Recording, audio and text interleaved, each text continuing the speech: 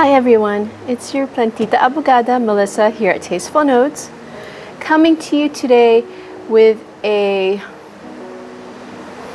do as I say, not what I do episode.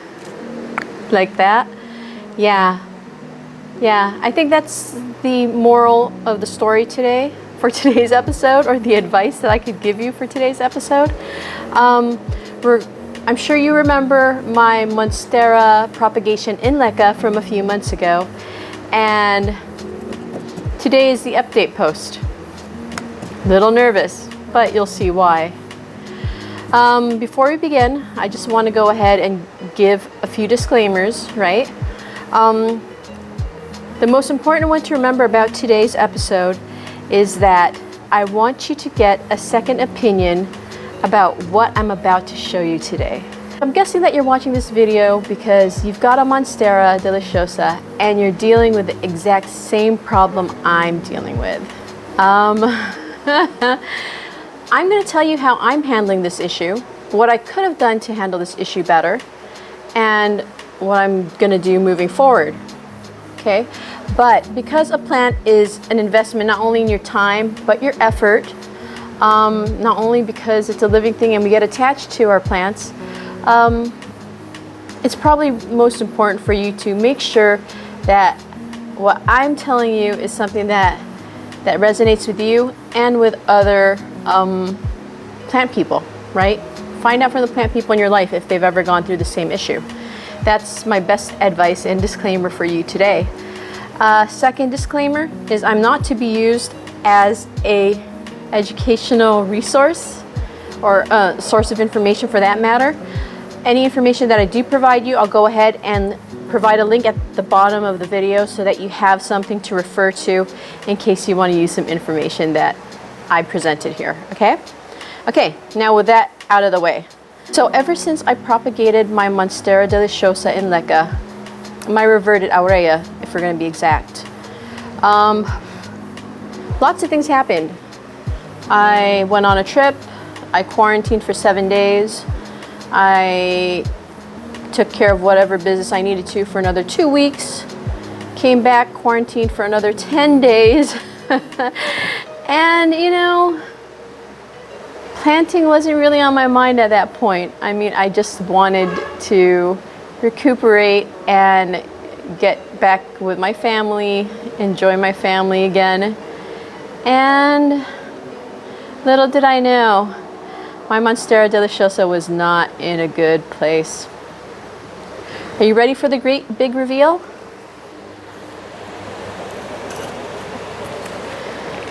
Oh yeah. This is that Monstera Deliciosa now. This pot wasn't black when I left it, or dark green, whatever you want to call it. Yeah. So what happened is algae grew. The fact that it's still alive and doing well amazes me because the roots are actually quite nice. From what I can see, the roots are nice, chubby, white, big roots, not the tiny little hair-like roots, right? We have got some good big roots here. In fact, we've got a nice big aerial root here as well. It's just sticking out. So the plant is in a happy place.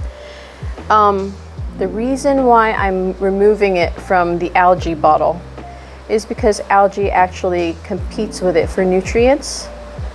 And as far as pests are concerned, I know, gosh, what are those fungus gnats? Like to live with algae. So when you see fungus gnats, you might also want to check the top of your soil to see if there's any algae on it anywhere. And also, I don't have problems with mosquitoes because of the level of water put in here, but man, I just don't want to deal with any more pests, any gnats. So yeah, those are my reasons. Those are what I would have done had I been here is 1, change the water more often. 2, take it out of bright light, right? Direct sunlight. And 3, I would have removed it much sooner. Of course, when I got home, and when I finally had time to look at it, I went ahead and tucked it right back here under this giant Monstera Deliciosa. So that was another bright idea of mine, right? And I completely forgot about it until just recently. Yeah.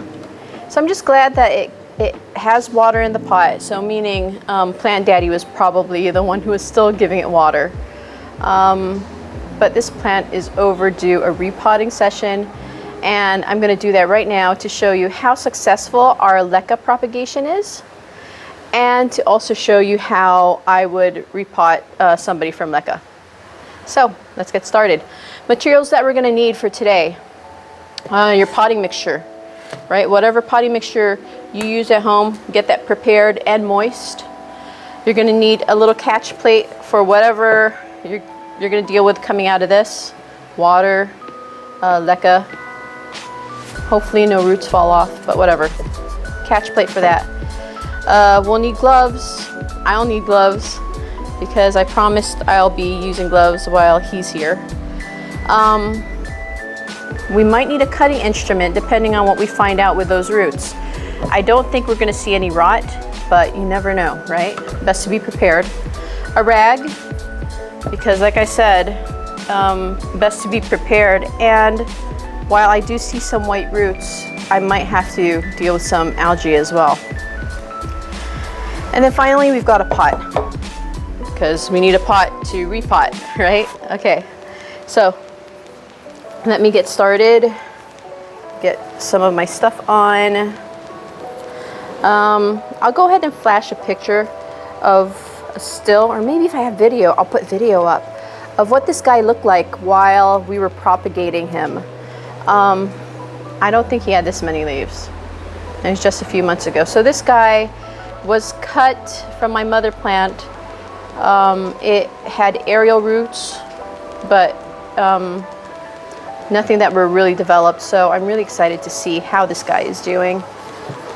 And oh my gosh, Becky, it won't come out of the pot.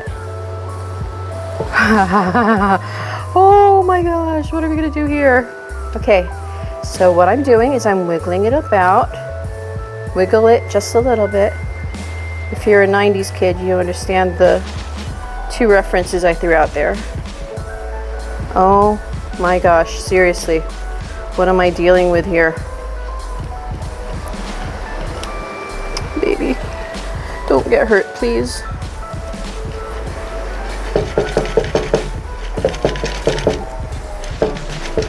So we've got a petiole, meaning we lost a leaf at some point. Let me put that down here for now. See if I could loosen up the LECA a little bit. This is a good sign that we've got a lot of root. Hopefully not too much that I can't take it out of the pot, you know, or the vase. Let's see what we got.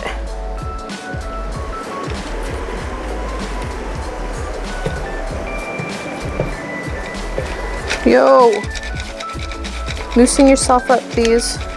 There we go.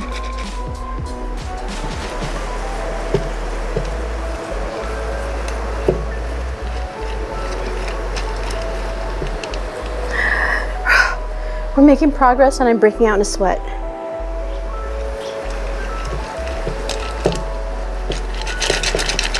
Okay. Oh, I'm so excited, you guys. You have no idea. I hope I don't destroy any roots. Nice things I like about Monsteras are I don't think I've killed a Deliciosa yet. They're pretty hardy plants. So, I spoke too soon about the rot, okay? So Deliciosas are really hardy plants. Jeez Louise, did we leave any root here? Yeah, they look like rotted leaves, rotted roots. But they're hardy plants. It looks like if we wanted to, we could probably split this plant into two plants again, because we've got this root and this root. Oh, Wow. Yeah, so 2 roots here on top for these 2 nodes. These 3 nodes, right? Then we have this root and this root down here that are also very well developed for these 2 leaves. So we could split it if we want to, but I don't know if I'm there, and I really want to see what happened to this plant, the roots. And I see a lot of algae, and I see some rotted roots. They kind of look like bean sprouts. In fact, I think I'm gonna take off a glove real quick and take some pictures of this, because I really want to document this for my Tasteful Nodes account on Facebook. Give me a second here.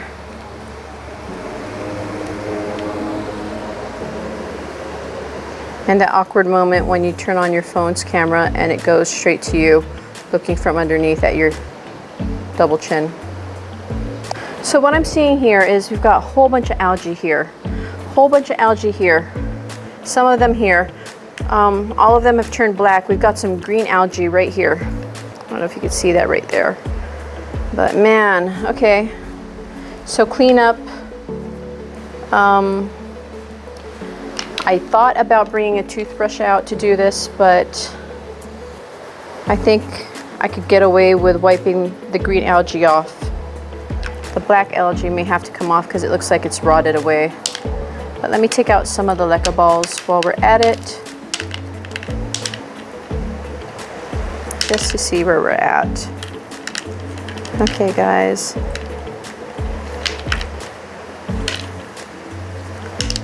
And how about you?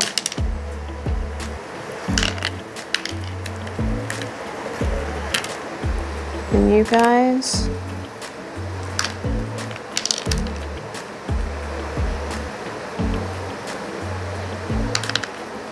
And if you can't take the LECA balls out, if the roots have grown into it, don't worry.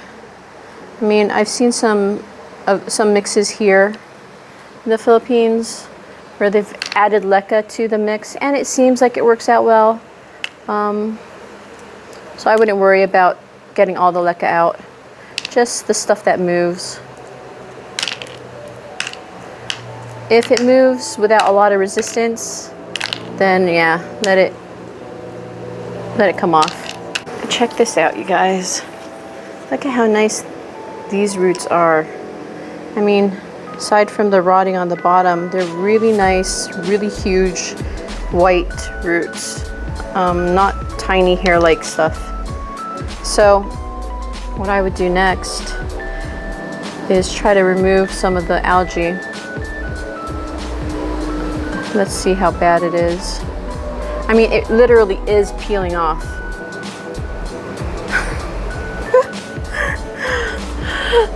You know, I can't stop cringing. It's like, what is this?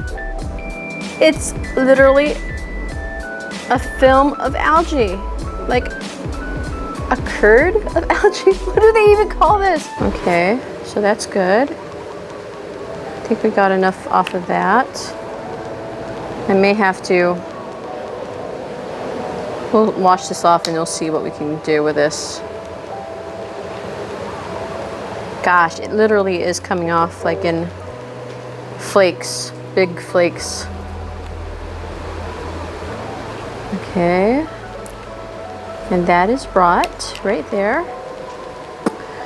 So there was some rot in here, meaning at some point the roots might have dried up or rotted because of the algae. You see a lot of it. Let me wash this off real quick and let me see what I can do. I don't think we'll be able, well, no. Let me rephrase that. We will not be able to save the rotted parts, okay? Once they're rotted, they're gone. No more. But I want to wash this off before we cut the rotted parts off. It's probably as far as I'm going to go with that idea. And I really hate working with gloves on. I gets in the way. It really does. So taking off the rotted parts one by one, because my plant is worth the trouble.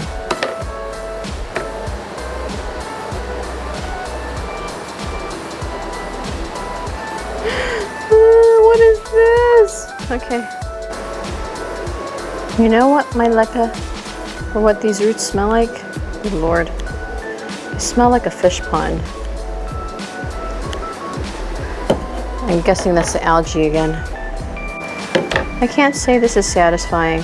Kind of reminds me of cutting off split ends in between trips to the stylist. You know, when your split ends are just so out of control, you get a scissors and start going at them one by one, but it doesn't really help. No one else has done that, only me? Yeah. I get weird like that sometimes. Oh my gosh, it's so hot. The sweat is running down my nose.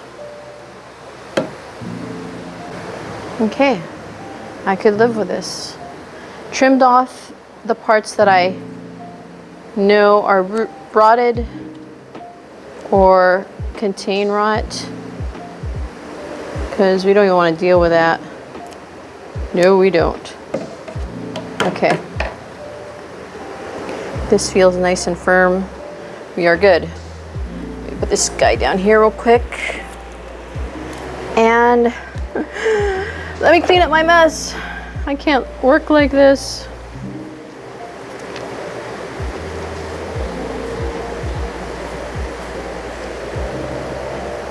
Okay, bean sprouts. Let me put this down here. Okay, we're good. So, we're getting towards the end of the whole process. All we have to do now is make sure that this guy will fit in this pot.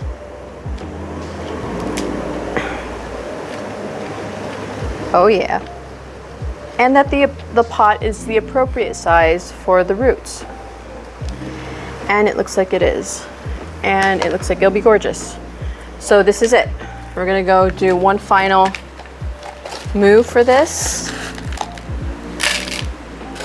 Again, you want your soil to be moist because your Monstera Deliciosa is coming from a very moist environment.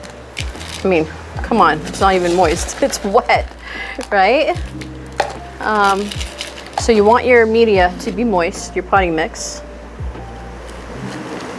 There, beautiful. And after that, for the next few days, you want to make sure that your mix stays moist. I mean, ultimately the goal is to be able to water at the same time as your other plants, right? But first you got to acclimate it to its new conditions, which is potting mix. So I would pot it today, then water it again tomorrow. And the only reason I say tomorrow is because it's super hot already here in the Philippines.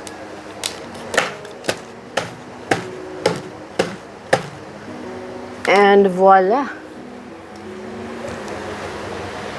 Here is our newly potted Monstera, reverted Monstera Deliciosa yellow form, Aurea. Yes. So if you have any questions or comments, please feel free to leave them in the comment section down below. If you liked the video, if it was helpful to you in any way, please feel free to subscribe to my channel so that you get notifications of any of my future videos. Never know, it might be helpful then too. What else? I will be posting a longer post on Facebook. Like I said, I post written guides there. And if you want to just look at pretty pictures, check me out on Instagram. I'm there as Tasteful Nodes as well. Okay. Until next time, guys, keep your nodes classy and tasteful. Bye.